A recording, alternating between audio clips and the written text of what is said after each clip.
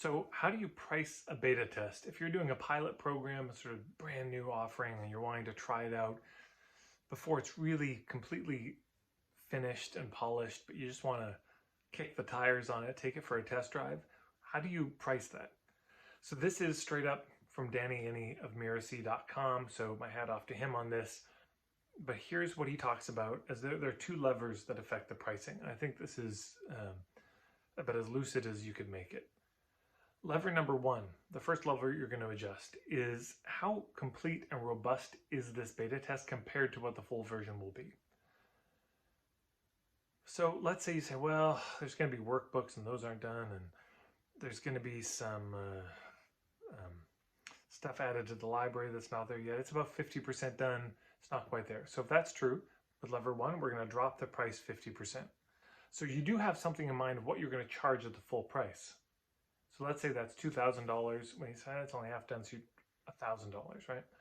Lever number two, though, is how much personal access to you will they have?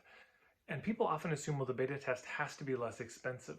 But sometimes in a beta test, they're going to have more direct access to you than they would in the full program.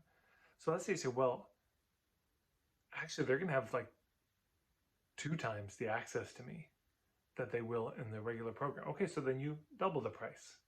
Now you see those two together, we'd actually end up at the same price. Yeah. So you just keep the price $2,000. But if you said, oh man, it's only 10% ready, and they're only going to get 10% of the time with me in this, then you drop it down. We'd make it $200 and various combinations thereof.